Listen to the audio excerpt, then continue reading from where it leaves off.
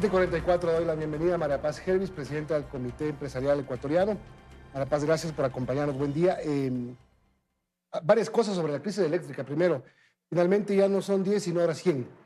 Cuando se pudo desde el principio corregir un error o no cometerlo, digámoslo así, permitir que el sector privado pueda generar energía fuera de ese techo. Buenos días, Milton. Buenos días a quienes nos escuchan. Pues efectivamente, el sector productivo, con temor a ser canzones, ese ha sido un poco nuestro clamor constantemente. Pero bueno, ya, o sea, no hay que llover sobre agua mojada y nosotros destacamos lo positivo de este Que no proyecto. hay ni siquiera agua para llover.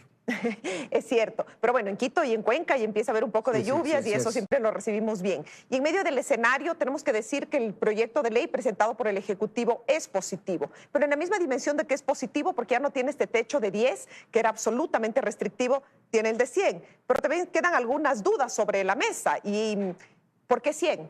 Es decir, seguramente hay una explicación técnica. También quiero ser muy transparente y decir que hemos sido convocados como sector productivo por las carteras involucradas, por ambiente, por energía, por producción para el día de mañana, donde esperamos tener esta respuesta, pero siempre nos queda la duda, cuando en principio con lo que nosotros consideramos y lo que la situación pone sobre la mesa es que debería ser abierto, no debería haber límites, porque estamos viendo que el Estado ha sido muy ineficiente, muy incapaz de garantizar la generación de energía. Entonces, ¿cuál es la razón de poner estos techos al sector privado que estamos viendo en momentos de crisis? Es a quien se viene a ver para pedirle que salve las mesas, ¿no es cierto? Pero ahora, ¿qué significa que el sector privado pueda producir hasta 100 megavatios?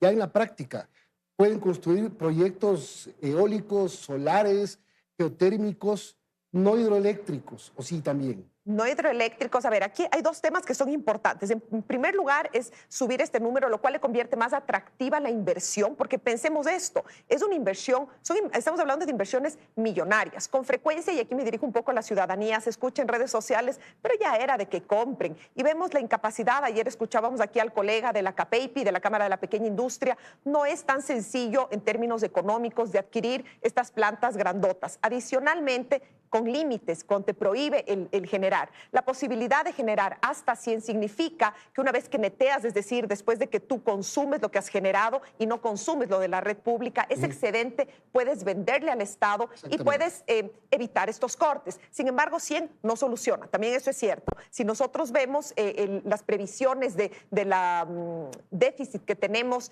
entre septiembre y octubre, oscila entre 700 y 900 megabytes. Entonces ahí vemos que no es 100 no es la solución y esperamos una respuesta de orden técnico. Ahora bien, también reconocemos que la ley simplifica el proceso de obtención de las licencias para gas natural. Eso también es positivo. Pero la ley incurre, sigue ratificando lo que, valga la redundancia y esta construcción gramatical poco adecuada, pero ratifica una vez más lo que planteó en el mes de enero y que deriva del modelo de la Constitución de Montecristi, de este Estado absolutamente controlador, este modelo estatista, porque entonces te dice que lo que no puedes es adquirir o asumir, no se le puede delegar o no puede concursar el privado para alguna infraestructura que derive cuya construcción derive del presupuesto general del Estado. Entonces aquí quizás suena un poco enredado, pero les pongo un ejemplo. Una hidroeléctrica que fue construida con dinero del presupuesto general del Estado, no podría asumir un privado con todo el costo que le implica al privado, así lo quiera, para hacerla funcionar y ser más eficiente, porque la Constitución prohíbe. Y esta ley tampoco modifica eso, y la ley de enero ratifica este modelo. Pero sí se pueden construir desde cero proyectos privados para autoabastecerse y para con el excedente venderlo al Estado. Sí, pero no queda claro y además no es suficiente. Entonces también tenemos que pensar cuando queremos llamar estos concursos. No es suficiente porque todo el sector tiene que producir 100 o cada proyecto puede llegar hasta 100. Yo creo que todo esto nos va a aclarar las reuniones que tenemos. Sigue a nosotros llamándonos la atención. Debería ser individual, ¿no? Debería ser, pero sigue llamándonos la atención a nosotros los techos. Esto va contrario a la visión de la generación en eficiencia. ¿Pero que no debería existir un techo? Es decir, no debería existir yo puedo techo. construir un proyecto geotérmico que me dé 1000 megavatios. Debería ser siempre que el mercado lo requiera. Y además no es una cosa tan sencilla como construir una casa, con lo cual, con toda la serie de restricciones, de pasos y de aprobaciones que establece el Estado, esto debería pasar. Y le pongo un ejemplo. Precisamente la ley hace mención a lo que ocurre en países vecinos. Pensemos que en el caso de Colombia, la generación privada llega al 80%. Y en el caso de Perú, perdón. Y ahí vemos como el gas natural... Acaban de suscribir un montón de contratos de transmisión eléctrica. Efectivamente. Porque en la transmisión también está el punto clave de la distribución eléctrica, es decir, de que la luz llegue a las casas. Sí, y lo que le quería decir es, y en el caso de Colombia, que también sufre estiaje y que también nos han anunciado en estas últimas horas que se cierra la venta al Ecuador, tienen un problema de falta de agua. De sequía, y eso, estiaje, sí. Sin embargo, la generación privada está en el 60%, entonces tienen la capacidad de poder enfrentar esa crisis. Y ahora, si me permite, a lo que usted refería, entender el modelo eléctrico, y por eso yo buscaba aquí que tengo mis apuntes. Hay tres, por supuesto, porque siempre ayuda para entender estos temas que son tan técnicos y que a la ciudadanía nos cuesta un montón. En primer lugar, implica la generación. Esto está concentrado en SELEC. Después está la transmisión, que la unidad de negocios es SELEC y Transelectric, perdón. Y en tercer lugar está la distribuidora, donde tenemos Enel, Empresa Eléctrica Quito, entre otras. Las unidades de negocio que entregan la luz de las casas. Y todas son absolutamente ineficientes. Y entre todas no hemos logrado tener un modelo energético que nos permita producir, que nos permita mantener la vida cotidiana. Ok, ahora hablemos de la inversión que tendría que hacer el sector. Solo pongamos un ejemplo. Hablando de proyectos eólicos. Pillonaco, que está en Loja, tiene 10 turbinas, 10 hélices que generan 17 megavatios, si no estoy equivocado. Es decir, es un proyecto grande para una producción pequeña. Es decir, se necesita varios billonacos para llegar a un tope de 100, por ejemplo.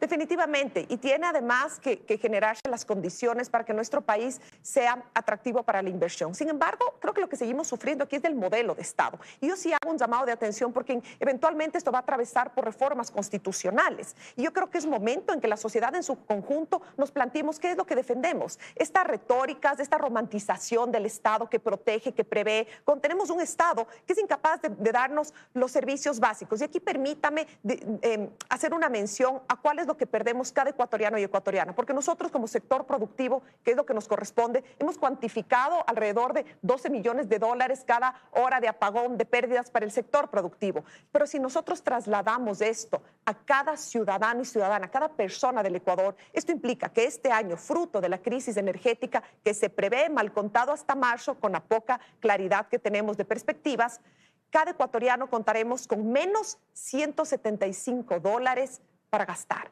para cubrir nuestras necesidades básicas. Esto es gigante y creo que es momento de que porque tengamos... nos dejan de ingresar esos recursos, pero hay que sumar lo que los ecuatorianos están gastando en comprar algún tipo de luz artificial, de focos cargadores, de transformadores, yo no sé. Y también entender que en un país con profundas diferencias socioeconómicas y de poder adquisitivo, en algunos sectores esos 175 dólares se sentirán menos, pero en un porcentaje de la población que está trabajando todos los días para subsistir, esto hace la diferencia entre la vida y la muerte. ¿Cuál es el nivel de pérdidas del sector empresarial hasta el momento?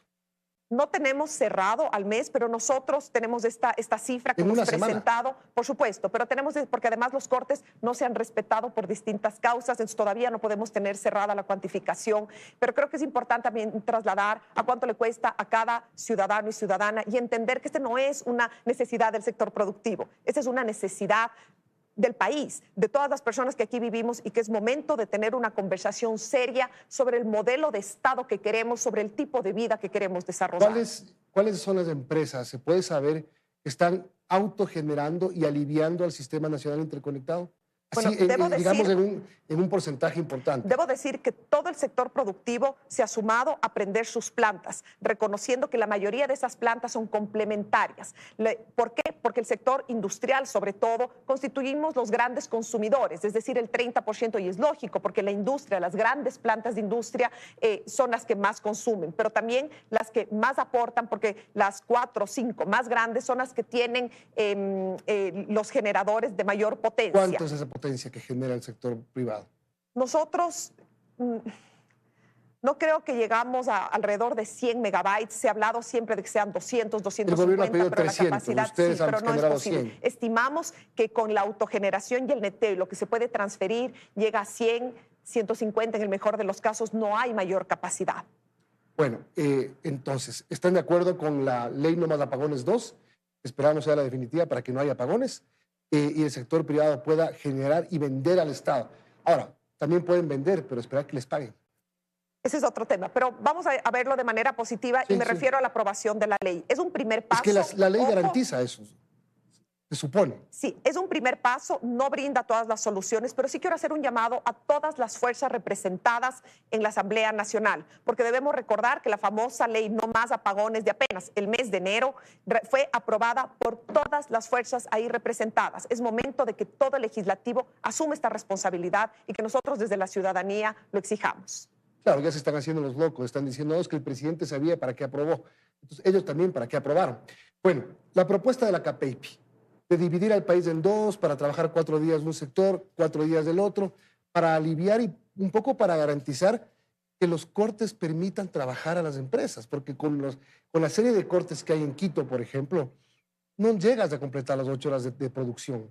Nosotros estamos analizando esa propuesta y veo que tiene un aspecto muy positivo. Sin embargo, debo reconocer como Comité Empresarial Ecuatoriano, en que tenemos 156 cámaras de todos los sectores del país, que no existe una sola fórmula, lamentablemente, porque la necesidad de la industria es una, la necesidad del comercio es otra y la necesidad del agro o la agroindustria es otra. Le pongo un ejemplo. ¿Qué pasa si es que, como proponían nuestros colegas de la CAPEIPI, se paran en jornadas largas de 2, 3 días? Inclusive ellos hacían mención a que podría servirles para hacer casi que trabajo administrativo e ir a garantizar que consiguen el diésel, ¿no es cierto? Pero yo no le puedo decir eso, por ejemplo, a una bananera, que si una planta de banano un día deja de cosechar el plátano, significa que ese día lo pierden. Y así la situación es diversa con el camaronero, pero también con el pequeño tendero, que con cortes de más de 2 horas pierde toda su inversión del día en helados, por ejemplo. Entonces, quizás el desafío que tengo